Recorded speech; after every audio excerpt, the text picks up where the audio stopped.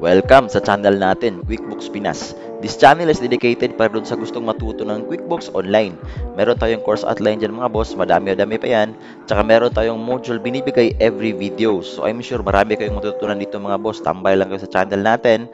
At saka pwede nyo siyang ma-access anytime. Basta meron lang kayong internet, visit nyo lang channel ito natin sa YouTube. So promise ko sa inyo mga boss, marami kayong matutunan dito. So kompleto na po lahat. Kailan nyo pa sisimulan? Let's go! Okay, so good day mga boss, no. Ituro ko lang sa inyo ano yung isa sa major na nagkakaroon ng disbalance during pag-reconcile natin sa mga accounts. So, usually, kung wala sa account payables natin, nandito yan sa account receivables natin. So, kapag sinabi natin account receivables, ito yung mga sales na na-generate natin patungo sa kampanya o sa business. Ayan, so di ba nga na nag-start yung account receivable natin during sa estimate. Tapos, parang estimate, gagawa ulit tayo ng invoice. Tapos, kung mayroong i-apply na credit note, so i-apply natin yan, saka natin i-receive yung payment. So, period. So, dito, sa case natin, gumawa tayo una ng estimate, invoice. Tapos, eto, usually, nagkakamali aside sa date, sa mga quantities, data entry na ginagawa natin, dito usually nagkakamali sa credit note saka sa receive payment kasi hindi fully na intindihan ni bookkeeper yung transaction na ina-apply natin as credit note saka bakit natin i-receive yung payment from credit note na transaction. So halimbawa lang, start tayo sa credit note. So punta kayo sa QuickBooks nyo, tapos gawa tayo ng credit note. So dito tayo sa account receivable. So yung credit note i-apply natin is si Christopher Brown. Ayan, Christopher Brown. Tapos, edit lang natin ito. First transaction sa credit note kasi ito. So, ang nangyayari kasi dito mga boss, instead na pag type natin ng list sa client dito, Christopher Brown. Ayan, so, di ba lalabas itong mga transactions dito. Ito yung ginawa natin na invoice kanina kasi nga sabi nga dito, gumawa tayo ng invoice bago tayo gagawa ng credit note. So, kaya lumabas dito yung invoice. So, kapag hindi kasi natin yan i-click, halimbawa, hindi natin i-click itong add, ang mangyayari kasi dito is, iti-treat ni QuickBooks na separate transaction ito. Kaya, importante mga boss na kailangan yung i-click itong add. So, ipapakita ko sa inyo ano yung scenario para mas maintindihan nyo talaga. So, click nyo itong add, i-click nyo ito lagi, ha? Para mag-link itong credit note na gagawin nyo sa invoice. So, may isinauli kasi si client dito na tatlong trailblazers na boots. So, ito yung tatlong trailblazers na boots. I-delete lang muna na itong unang item, di natin ito kailangan. So, ito yung pag-applyan natin ng credit note. So, yung sinauli is tatlong items. Edit lang natin ito na tatlo. So, yung amount is 389.97. Tama naman, 389.97. So, kapag na-click natin itong invoice, tapos, syempre, i-check nyo pa rin yung date, ha? Kasi, baka magkamali tayo dun sa date. So, January 15 yung date. Ayan, so, tama tayo, ha? Tapos, nakalagay dito, link transactions. Meaning, nakalink tayo dun sa invoice na ginawa muna natin. Tapos, i-click natin itong save and close. Ayan, so, hintayin lang natin. Medyo mabagal itong internet ko. Ayan. So, gawa tayo dito sa ito yung ginawa natin na credit note. Ayan. So, amounting to 389.97. So, kapag ang susunod kasi is receive payment. So, punta tayo sa receive payment. Ayan. So, type natin itong same client, Christopher Brown. Ayan. So, ang nangyayari mga boss, from total amount niya, 2349, etong 2349, galing ito sa original invoice niya. Ito yung invoice niya, in order niya January 13. So, ito yung total niya, which is 2349.75. So, since nagsauli si client ng tatlong items, so, i-credit natin yan. So, ang total nito, which is 2349.75, i-deduct natin yan. Minus yan natin sa tatlong item na isinauli niya, which is 389.97. So, ang total niyan is, ang dapat total niyan is 1,959.78. Meaning, tama yung transaction na ginawa natin.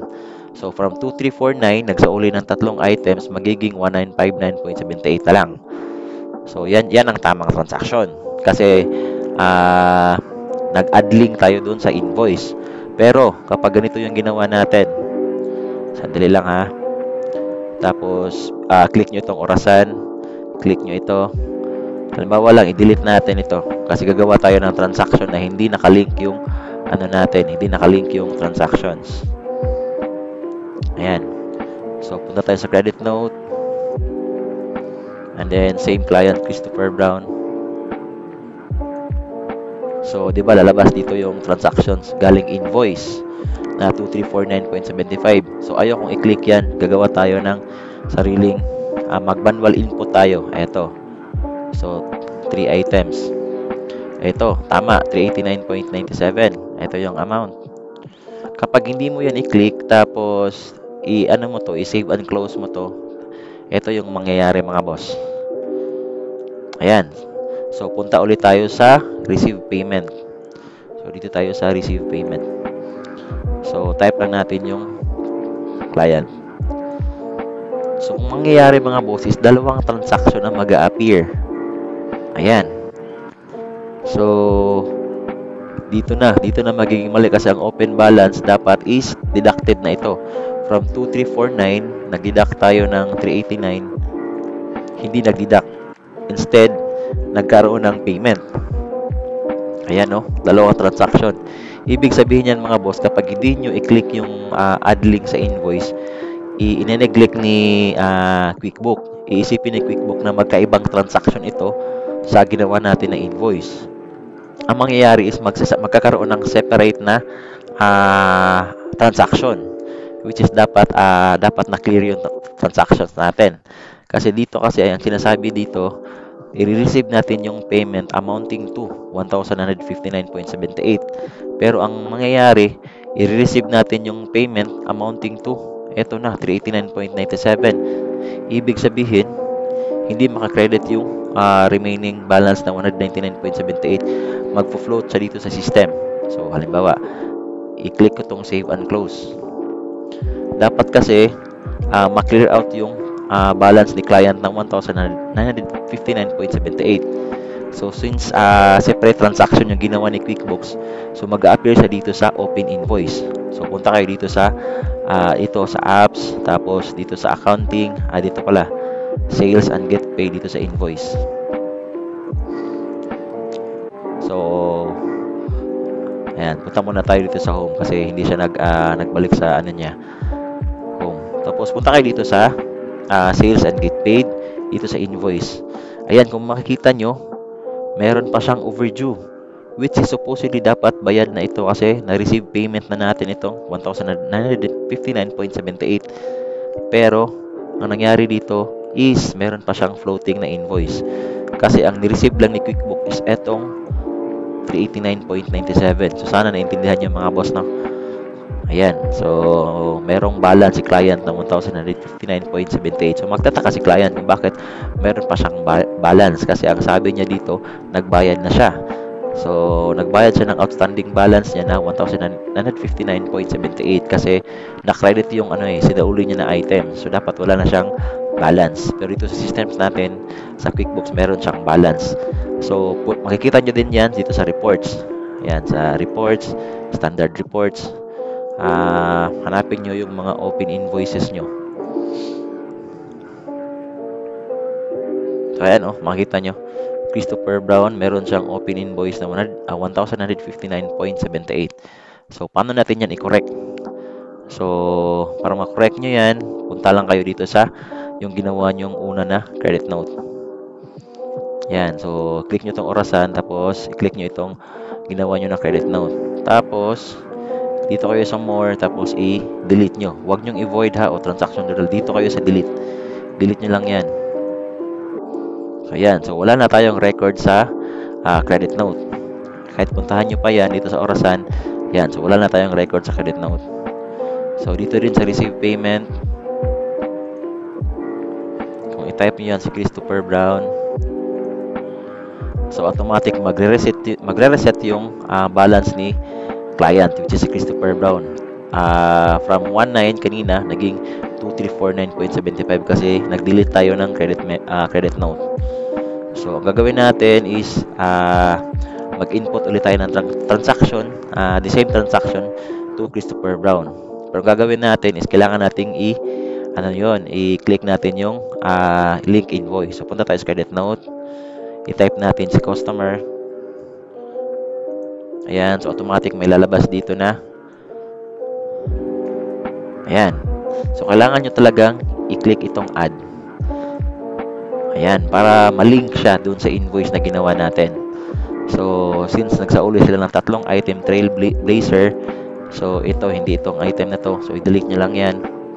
And then from 15, gawin yung 3. Kasi tatlong items yung sinauli ni client. So ito na, 389.97. Yan, so double check yung date. Mapapansin nyo naman na nakalink yung transaction nyo kasi may lalabas dito na link transaction. Tapos save and close nyo lang. So ang mangyayari dyan sa pag-receive natin sa payment, kasi dapat dito receive payment is wala na siyang balance. So dito tayo sa receive payment, tapos same client. Ayan, so eto yung open balance nya. So i-receive na natin itong 1,959.78, which is bangga doon sa receive payment na amount na 1,959.78. So check nyo lang ito. So then yung date, huwag kalimutan yung date ha. Yung date is January 29. So edit nyo lang yung date. Ayan. So click nyo itong save and close. So dapat ang mangyayari nito is wala na siyang open invoice si Christopher Brown. So tingnan natin. Dito sa apps, dito, tapos sa invoice. Ayan, so makikita nyo wala na siyang unpaid na amount. So na-receive na natin yan lahat. Nandito din sa reports, standard reports, type nyo yung open invoice. So kung makita nyo dito, wala na ring open invoice si Christopher Brown. Ito na lang natitira si Zach Bolton yung ginawa natin na journal entry. Ayan, so yan yung paraan kung paano natin makokorek yung mga mali natin o disbalance natin sa during reconcile. So make sure na pumunta kayo sa mga open invoices nyo para makita nyo kung ano yung mga transactions na hindi pa nabayaran ni client. Kasi kapag nagsabi si client na, uy, nagbayad na ako niyan, so paki-double check sa system mo. So dito mo ma-check sa mga open invoices. So para ma-double check mo talaga, punta ka lang doon sa ginawa mo. Kasi dito usually nagkakamali sa credit note, dito sa receive payment. So ganun lang. Hopefully meron kayong natutunan mga boss, no? So kapag nagustuhan nyo ang video na ito mga boss, please mag-comment kayo sa baba. Babasahin natin yan lahat. Mag-like and subscribe kayo para wala kayong ma-miss na mga videos na i-upload natin. So yun lang mga boss. See you soon. Stay safe.